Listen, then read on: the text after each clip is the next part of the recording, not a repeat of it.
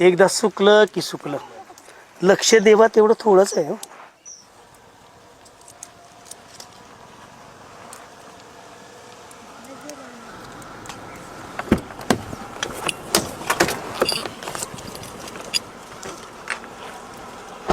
साहेब नमस्कार.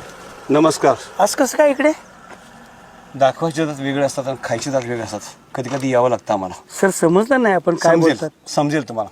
साहेब तुम्ही काय बोललात हे मला अजिबात समजलेलं नाही कळलं ना? नाही सर. बोला ना काय असेल ते मनसोक्त अगदी मन मोकळं करून बोला.